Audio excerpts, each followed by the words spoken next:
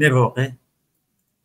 Sabi dito, Radyo Pilipinas, ibinunyag ni Senator o Senate Committee on Women's Chairperson at Senadora Riza Ontiveros ang pagkakakilanlan ng Chinese na natagpuan sa isang bahay sa Tuba, Benguet.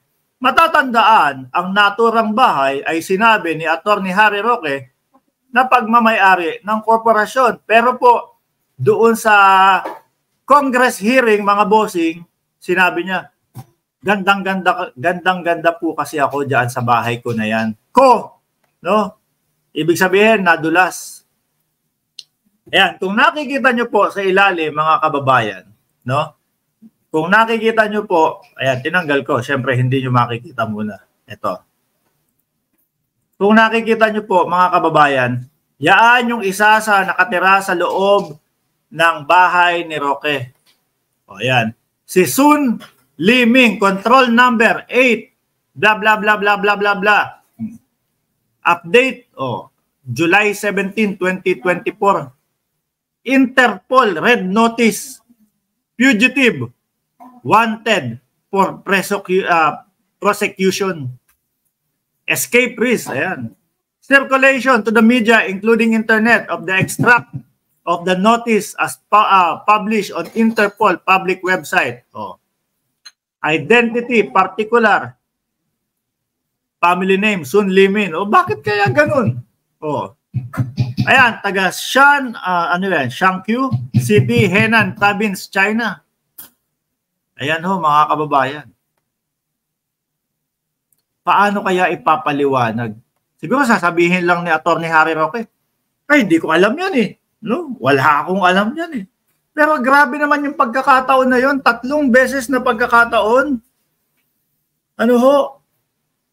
Pagka ganun, masasabi pa ba natin na nagkataon lang na ganyan? Parang ang hirap na po i-depensa nito. Di ba? Wanted ng Interpol. Ano pa sabi dito? Additional facts of the case. The illegal fund were used for paying back part of the principal and interest commission of salesmen. Blah, blah, blah. Sun Liming was the main culprit. He was responsible for the operation and marketing of internet P2P business. Parang nabanggit ni Roque itong P2P business na to, no? Doon sa Congress hearing. As well as overall management of the company. His illegal profit stood at the CNY, Chinese money, 10 million, which were mainly used to his personal consumption. Grabe. Nagtatago doon sa bahay, no? Na sinabi ni Roque na gandang-ganda ako sa bahay ko na yan. Sanay maglaban ng kwento yang si Roque, sabi ni Romeo Rafael. Sabi niya dito, sanay maglaba o maggawa ng kwento yang si Roque. Ang problema, di marunong magbanlaw. Yung pala yun. Mahirap na ito mga kababayan. Siguro pag ito itinanong na mga bossing, si Atty. Harry Roque, bakit 3 beses na? Lahat yun, pagkakataon, lahat yun, hindi mo alam. Di ho ba, mga bossing? Ako naniniwala ako, mga kababayan. Alam ni Harry Roque ito, no? Alam niya itong mga ito, mga bossing. Kaya lang, siguro iniisip niya, lulusot pa ako, kaya ko pang lusutan ito. Kaya ko pang malagpasan ito. Pero sabi nung iba, tignan nyo nga, si Riza Ontiveros hindi nakapalag.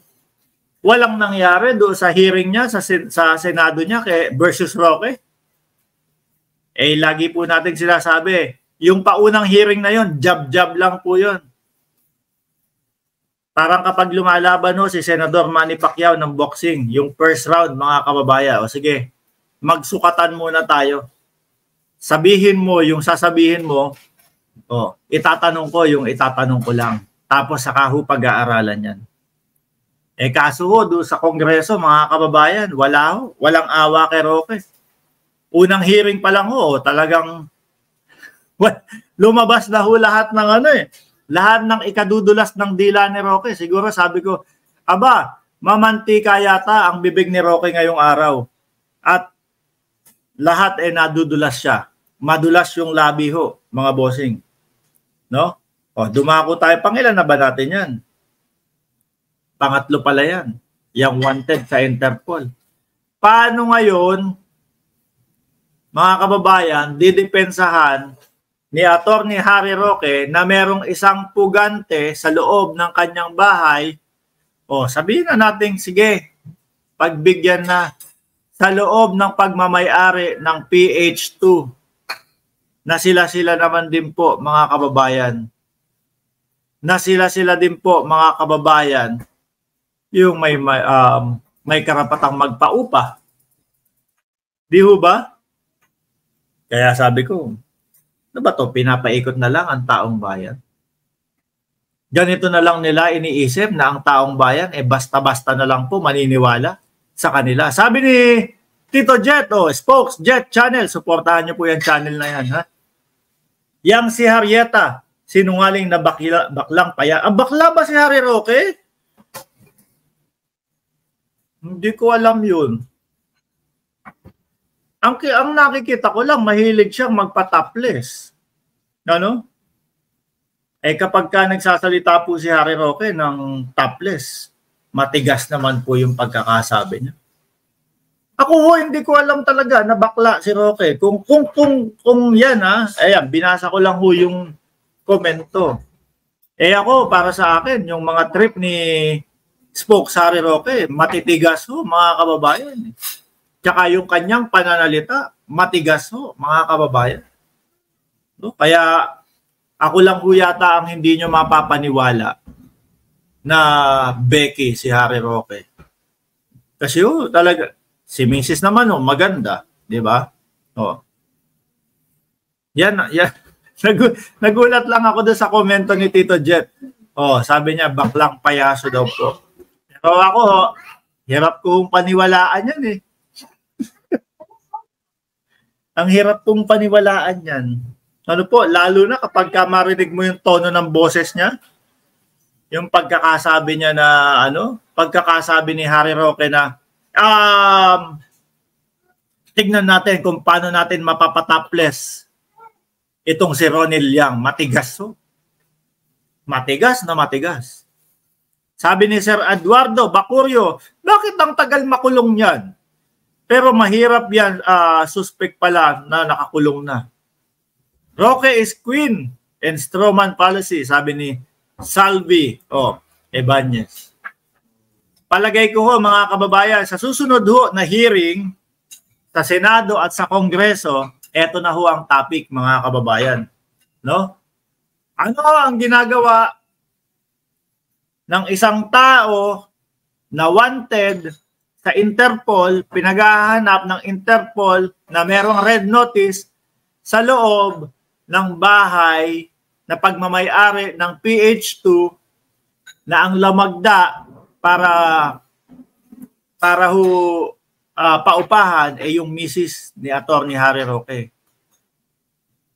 Isa ho sa nakikita ko dyan, mga kababayan, baka ho pati si misis isipin na person of interest na din po, mga bossing.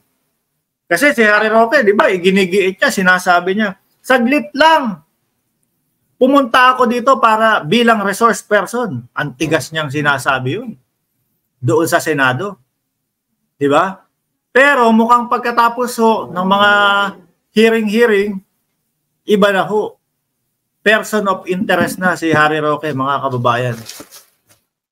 At malamang sa alamang, pati ho si Mrs. madadamay. No? Pati ho si Mrs. madadamay ho. Dahil natanong nga sino lumalagda o sino nagpaupa? Si Mrs. ho. O si Madam Myla Roque. Yan ang kailangan nilang mga masagot sa susunod. Ano ang ginagawa ng isang pugante sa loob ng inyong pinapaupahan? Okay?